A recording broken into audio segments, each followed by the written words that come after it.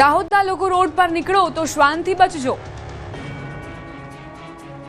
જેવા લોકો નીકળે એટલે શ્વાનની ફોજ લોકોની પાછળ દોડે અને સાક્ષાત મોતના દર્શન કરાવે। કેટલાક લોકો પડતા પડતા બચી જાય। શ્વાનના આતંકના દ્રશ્યો દાહોદના છે, જ્યાંના ગોધરા રોડ પર આવેલી નરસિંહ કોલોનીમાં શ્વાનનો આતંક દિવસે ને દિવસે વધી રહ્યો છે। કોલોનીમાં શ્વાનોએ એવા ધામા નાખ્યા છે કે રોડની વચ્ચે જ પડ્યા પાથર્યા રહે છે। જેવા વાહન ચાલકો નીકળે એટલે જાણે લોકોના લોહીના પ્યાસા હોય તે રીતે શ્વાન લોકોની પાછળ દોટ મૂકે છે। લોકોને કરડવા માટે શ્વાન દોટ મૂકતા વાહન ચાલકો માંડ માંડ બચતા નજરે પડી રહ્યા છે। મહિલા હોય કે પુરુષ તમામને નિશાન બનાવી શ્વાનની ફોજ પાછળ દોડે છે, જેથી લોકોના શ્વાસ અદ્ધર થઈ જાય છે અને જીવ બચાવવા વાહન ભગાવે છે। શ્વાન કરડવાના ડરથી અકસ્માત પણ થવાનો ભય રહે છે, ત્યારે શ્વાનને પકડી પાડવા માંગ ઉઠી છે। વડોદરામાં ગટર લાઇનમાં આગ લાગી। ફતેહગંજ બુલ સર્કલ પાસે ગટર લાઇનમાં આગનો બનાવ। ગટર લાઇનમાંથી આગની જ્વાળાઓ બહાર નીકળી। ગટર લાઇનમાં આગ લાગતા પ્રચંડ બ્લાસ્ટ થયો। આગની જાણ ફાયર બ્રિગેડને કરાતા ફાયરની ટીમ ઘટના સ્થળે પહોંચી। ફાયર બ્રિગેડના જવાનોએ તાત્કાલિક આગને કાબૂમાં લીધી।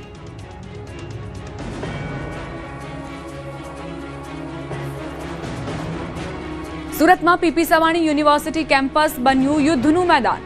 વિદ્યાર્થીઓ વચ્ચે ભારે બબાલ થઈ। મોટી સંખ્યામાં વિદ્યાર્થીઓ એકબીજા પર તૂટી પડ્યા। કોઈ કારણોસર વિદ્યાર્થીઓ વચ્ચે ભારે બબાલ થઈ। એકબીજા પર ગુંડાઓની જેમ તૂટી પડ્યા। માંગરોળના ધામરોડ પાટિયા નજીક આવી છે PP Savani university. Video social મીડિયામાં વાયરલ થયો।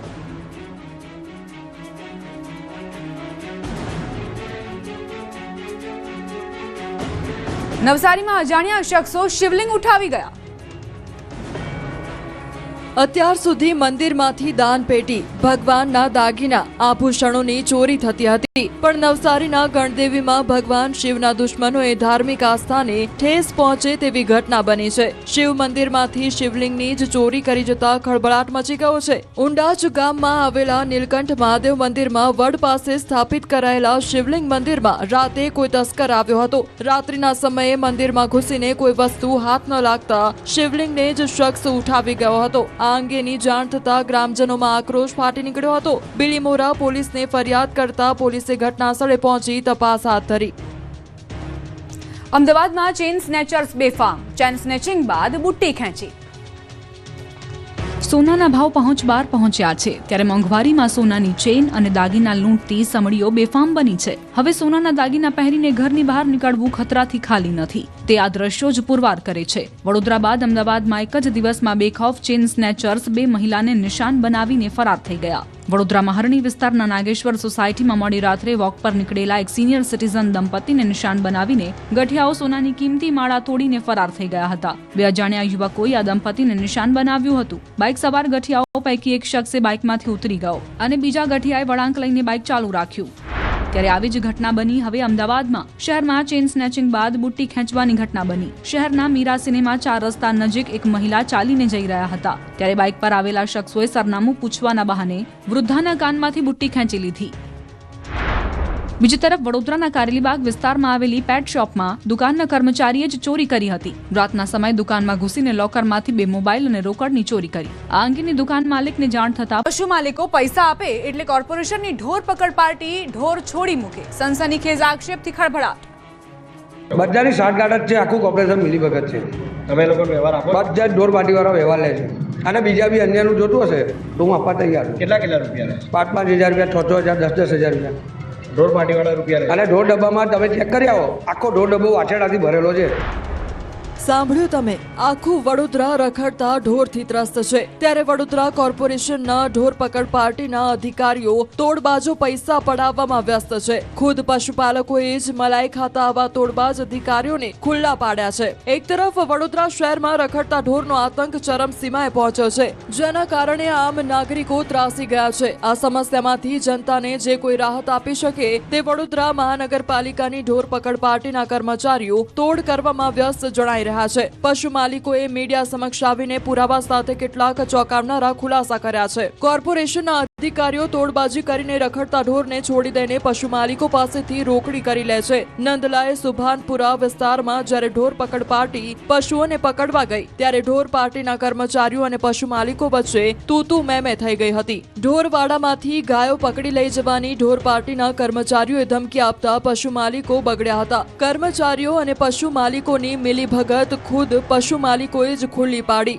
આક્ષેપ કર્યો છે કે પાલિકાની ઢોર પકડ પાર્ટી પહેલા ઢોર પકડે છે અને પછી છોડાવવા માટે પૈસા માંગે છે. દર મહિને હપ્તા લેવાના પણ સણસણતા આક્ષેપ કર્યા છે. અધિકારી અને ઢોર માલિક વચ્ચેનો ઓડિયો પણ વાયરલ થયો હતો, જેમાં નાણાં આપો અને ગાય છોડાવીને લઈ જવાની વાતનો ઉલ્લેખ છે. આક્ષેપો બાદ ઢોર પાર્ટીએ કામગીરી દેખાડવા માટે એક ગાયને પકડી. બીજી તરફ કોર્પોરેશનના જવાબદારોએ આ અંગે મૌન ધારણ કર્યું તો ઢોર પકડતા યુવકે આક્ષેપો ફગાવ્યા. અમે તો સાહેબ ઢોર પકડીએ છીએ, પણ ગાય પકડેલી બી છે, અમારા હાથમાં વિડીયો બી છે અને ગાય માલધારી લોકો કઈ રીતે ગાયોને ધક્કા મારીને લાકડીઓ મારીને લઈ જાય છે. દાખલાએ મહિલાને શિંગડા ભરાવી હવામાં ઉછાળી.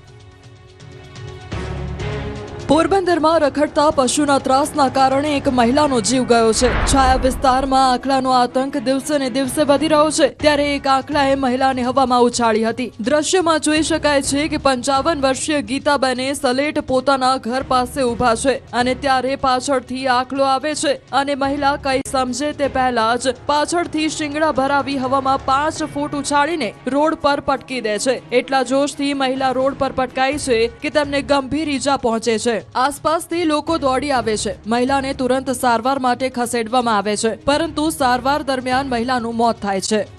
જિલ્લાના ઢીમાથી નીકળી કોંગ્રેસની જન આક્રોશ યાત્રા. વાવથરાદ જિલ્લાના ઢીમામાંથી નીકળેલી કોંગ્રેસની જનાક્રોશ યાત્રા બનાસકાંઠાના ધાનેરા પહોંચી હતી. મોટી સંખ્યામાં ટ્રેક્ટરની રેલી યોજી ધાનેરા વિવિધ વિસ્તારમાંથી પસાર થઈ હતી. ખેડૂતોના દેવામાફી અને વિવિધ માંગને લઈ કોંગ્રેસે ઢીમામાંથી અંબાજી સુધી જનાક્રોશ યાત્રાની શરૂઆત કરી. બીજા દિવસે ધાનેરામાં કોંગ્રેસ પ્રદેશ પ્રમુખ અમિત ચાવડા, પ્રભારી સુભાષિની યાદવ, સાંસદ ગેનીબેન ઠાકોર સહિત કોંગ્રેસના ધારાસભ્ય અને પૂર્વ ધારાસભ્ય પણ આ યાત્રામાં જોડાયા હતા. ધાનેરામાં યાત્રા પ્રવેશતાની સાથે મોટી સંખ્યામાં ટ્રેક્ટર રેલીનું આયોજન કરવામાં આવ્યું, જેમાં કોંગ્રેસ નેતાઓ ટ્રેક્ટર પર સવાર થયા હતા. યાત્રા વિવિધ વિસ્તારોમાંથી પસાર થઈ હતી. ધાનેરાની લાલચોક ખાતે મોટી સંખ્યામાં ખેડૂતો અને કોંગ્રેસના કાર્યકર્તાને સંબોધન કરી સરકાર પર આકરા પ્રહાર કર્યા. ખેડૂતોના વિવિધ પ્રશ્નો અને યુવા રોજગાર સહિત ભરતી કૌભાંડ સહિતના મુદ્દે સરકારને આડે હાથ લીધી. ધાનેરા શહેરમાંથી પસાર થઈ આ યાત્રા ડીસાના ટેટોડા સહિત દાંતીવાડા થઈને અમીરગઢ પહોંચી. બનાસકાંઠા અને સાણંદમાં બીએલઓ એસઆઈઆરની કામગીરીમાં જોતરાયા. બનાસકાંઠા જિલ્લામાં મતદાર યાદીની ખાસ સુધારણા એસઆઈઆર કામગીરીને અસરકારક બનાવવા માટે મેગા કલેક્શન દિવસનો પ્રારંભ કરવામાં આવ્યો. આ ઝુંબેશનો મુખ્ય હેતુ કોઈપણ પાત્રતા ધરાવતા વંચિત ન રહે અને પાત્રતા ન ધરાવતા મતદાર યાદીમાં સામેલ ન થાય તે હતો. આ અંતર્ગત દાંતા તાલુકાના 188 બૂથ અને અંબાજીના 13 બૂથ સહિત સમગ્ર જિલ્લામાં બીએલઓ દ્વારા ફોર્મ ભરવાની અને સ્વીકારવાની કામગીરી ચાલી રહી છે. ચૂંટણી પંચ દ્વારા હાથ ધરાયેલી આ પ્રક્રિયા પર દાંતા પ્રાંત અધિકારી, મામલતદાર સહિતના અધિકારીઓ હાજર રહ્યા હતા. આ તરફ અમદાવાદના સાણંદમાં એસઆઈઆરની કામગીરીને લઈ શિક્ષકોની મુશ્કેલીઓમાં વધારો થયો છે. સાણંદના ગનાસર ગામે એસઆઈઆરની ઓનલાઈન પ્રક્રિયા ચાલુ કરાઈ છે. બીએલઓ દ્વારા ફોર્મ ઓનલાઈન ભરવાની પ્રક્રિયા ચાલુ કરાઈ. અધિકારીઓ દર 2 કલાકે ફોન કરી માહિતી માંગે છે, જેથી શિક્ષકો સતત માનસિક તણાવમાં રહે છે. આ તરફ રાજકોટમાં એસઆઈઆર કામગીરી મામલે એનએસયુઆઈનો વિરોધ. એક તરફ એસઆઈઆરની કામગીરીથી બીએલઓ કંટાળી ગયા છે, ત્યારે આ મુદ્દે હવે વિરોધનો વંટોળ ઊભો થયો છે. રાજકોટમાં એસઆઈઆરની કામગીરીમાં શિક્ષકોને કામગીરી અપાયા મુદ્દે એનએસયુઆઈએ વિરોધ પ્રદર્શન કર્યું હતું. ગુજરાત એનએસયુઆઈના પ્રમુખ નરેન્દ્ર સોલંકી સહિતના કાર્યકરોએ વિરોધ નોંધાવ્યો. એનએસયુઆઈના કાર્યકરો રોડ પર સૂઈ ગયા અને વિરોધ પ્રદર્શન કર્યું હતું. મુખ્યમંત્રીને એસઆઈઆરમાં શિક્ષકોની કામગીરી મામલે રજૂઆત કરે તે પહેલા જ પોલીસે તમામની અટકાયત કરી હતી, જેથી કાર્યકરોએ હલ્લાબોલ કર્યો હતો. એક તરફ શિક્ષકો એસઆઈઆરની કામગીરીમાં વ્યસ્ત છે, તો બીજી તરફ વિદ્યાર્થીઓની હાલત કફોડી બની હોવાનો આક્ષેપ કર્યો છે. શિક્ષકોને એસઆઈઆરની કામગીરીથી દૂર કરવા માંગ કરી છે. તરફ પંચમહાલમાં એસઆઈઆરની કામગીરીને લઈને પ્રાથમિક શિક્ષકે આત્મહત્યાની ચીમકી ઉચ્ચારી. એસઆઈઆરના ભારણથી બીએલઓના ટપોટપ મોત થઈ રહ્યા છે, ત્યારે એસઆઈઆરની કામગીરીથી કંટાળીને બીએલઓએ આત્મહત્યાની ચીમકી ઉચ્ચારી છે. સરકારી કામગીરીના ભારણથી કંટાળીને એક પ્રાથમિક શિક્ષકે આત્મહત્યાની ચીમકી ઉચ્ચારતા શિક્ષણ જગત અને તંત્રમાં ખળભળાટ મચી ગયો છે. પંચમહાલના ગોધરામાં પ્રાથમિક શિક્ષક વિનુભાઈ બામણિયાએ સોશિયલ મીડિયામાં એક વિડીયો વાયરલ કર્યો છે, જેમાં તેમણે સીધા આક્ષેપો કર્યા છે કે એસઆઈઆરની કામગીરીને લઈને જવાબદાર અધિકારીઓ તેમને માનસિક ત્રાસ આપી રહ્યા છે. વિનુભાઈએ સ્પષ્ટપણે કહ્યું છે કે તેઓ એસઆઈઆરની કામગીરીથી માનસિક રીતે એટલા ત્રસ્ત થઈ ગયા છે કે તેમની પાસે આત્મહત્યા કરવા સિવાય બીજો કોઈ રસ્તો નથી. શિક્ષકનું કહેવું છે કે મોડી રાત સુધી એસઆઈઆરની વધારાની કામગીરી કરી રહ્યા હોવા છતાં તંત્રના જવાબદાર અધિકારીઓ તેમને જાણી જોઈને હેરાનગતિ કરે છે અને કામગીરીમાં ખામી કાઢી બિનજરૂરી દબાણ કરે છે. આ બાબતે તેમણે ગોધરાના ધારાસભ્ય CK રાહુલજીને પણ લેખિત અને મૌખિક રજૂઆત કરી છે, જેને લઈ ધારાસભ્ય સહાયક BLOની નિમણૂકનું આશ્વાસન આપ્યું છે. મારી જોડે જીબાજાડી કરતા મને એમ કે 200 ફોર્મ આજ રોજ ફરજિયાત જોઈએ. તમે કોઈ થોડુંક અઘરું છે બેન, ટ્રાય કરીશ. છતાં એ અસ્તવ્યસ્ત ભાષામાં ઇન્સર્ટ થઈ ભાષામાં વાત કરતા હતા, એટલે મેં એમને ચોખ્ખું કહ્યું બીમારથી થાય નહીં તો કરવા જ પડશે કોઈ પણ સંજોગો, બરાબર. એટલે ધમકીના સુરમાં એમણે વાત કરી, એટલે પછી મેં લાવ્યું. BLO કામ કરતા કરતા ઢળી પડ્યા. 4 દિવસમાં 4 BLOના મોતથી હાહાકાર. રાજ્યના શિક્ષણ જગતને હચમચાવી દેતા આ દ્રશ્યો જુઓ. કામના ભારણના કારણે શિક્ષકો જીવ ગુમાવી રહ્યા હોવાના આક્ષેપ થઈ રહ્યા છે. જી હા, વાત છે SIR ફોર્મની કામગીરીની. કામગીરીના અસહ્ય ભારણ અને માનસિક તણાવના કારણે 3 દિવસમાં 4 BLOના મોત થયા છે. ત્યારે શનિવારે વડોદરાના પાદરાના BLOના સહાયકનું મોત થયું. વડોદરા શહેરની પ્રતાપ સ્કૂલમાં BLO સહાયક તરીકેની કામગીરી કરતા ઉષાબેન ઇન્દ્રસિંહ સોલંકીનું ફરજ દરમિયાન કરુણ મોત નીપજ્યું. ગોરવા મહિલા ITI ખાતે નોકરી કરતા અને મૂળ નર્મદા જિલ્લાના તિલકવાડાના વતની ઉષાબેન પ્રતાપ સ્કૂલમાં ફરજ પર હતા. તે દરમિયાન અચાનક બેભાન થઈને ઢળી પડ્યા. ત્યારબાદ સારવાર માટે સયાજી હોસ્પિટલમાં ખસેડવામાં આવ્યા, જ્યાં ડોક્ટરે તેમને મૃત જાહેર કર્યા હતા.